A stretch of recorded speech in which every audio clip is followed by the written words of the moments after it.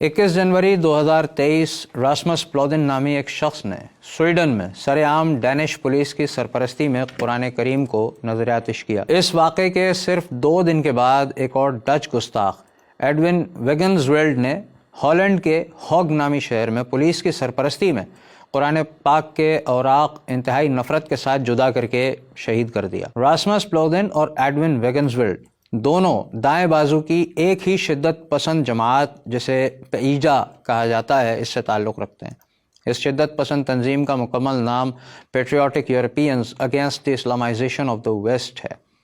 Rasmus Paludan 2019-2020 में भी कुरान करीम नज़र आतिश करने की बाकायदा मुहिम चला चुका है, बल्कि 2020 में तो रमज़ान के महीने में इसने कुरान करीम को नज़र आतिश करने के लिए एक बाकायदा टूर का ऐलान किया था, जिसका नाम इसने बर्निंग द कुरान टूर रखा था, जिसमें जगह जगह पहुंचकर कुरान पाक की बेहुरमती की जाना थी। इस ऐलान के बाद उसकी हुकूमत ने इस पर 2 साल की पाबंदी लगाई थी, लेकिन फिर 2022 में इसे भौंकने की सरकारी इजाज़त दोबारा मिल गई। अक़वाम मुत्तहिदा, स्वीडन और दीगर आलमी क़ुव्वतों का रवैया क्या रहा, बल्कि ख़ुद वाहिद मुस्लिम एटॉमिक पावर पाकिस्तान का रवैया क्या रहा। फ्रीडम ऑफ एक्सप्रेशन के नाम पर इस्लाम दुश्मनी और सरेआम कुरान करीम की बेहुरमती को सिर्फ मजम्मत के ज़रिए निपटा दिया गया है।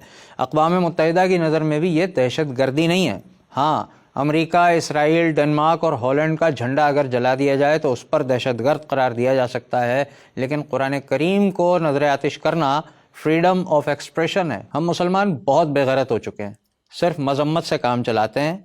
हमें अपनी ग़ुलाम हुकूमत को कुछ कहने का भी इख्तियार नहीं है। हम उसे भी मजबूर नहीं कर पाते कि स्वीडन और डेनमार्क के सफ़ीरों को निकाला जाए, और वो निकालेंगे भी नहीं, क्योंकि गोरा नाराज़ हो जाएगा। और हमारे हुक्मरानों की नज़र में राज़िक़ तो गोरा है। जिस राज़िक़ का जिक्र कुरान में है उससे वास्ता होता तो तकलीफ़ भी होती। सिर्फ मजम्मत कर दी काफ़ी है। सियासतदानों के लिए अपने वोटर्स को खुश करना अहमियत रखता है, लिहाजा खोलते हुए 1-2 बयान काफ़ी हैं। वोटर अपने लीडर पर ईमान ले आएगा। जिस नबी पर ईमान लाना है उसका जिक्र तो कुरान में है, और उसे कोई जलाए या फाड़ दे, मजम्मत काफ़ी है। क्योंकि गोरा नाराज़ हुआ तो तिजारत ख़तरे में पड़ जाएगी। जिसकी नाराज़गी तबाह बर्बाद कर सकती है उससे क्या वास्ता। और अगर हम एहतजाज करें तो फेसबुक भी पाबंदी लगाएगा, यूट्यूब भी हमारी रेटिंग कम कर देगा। बल्कि अगर गुस्ताख ममालिक के सिफारत खानों का घेराव पुरअमन एहतजाज के लिए भी करने का कहा जाए तो हमारी अपनी पुलिस की गोलियां हमारा इस्तकबाल करेंगी, क्योंकि हमारे हाकिमों का ईमान तो यूरोप पर है।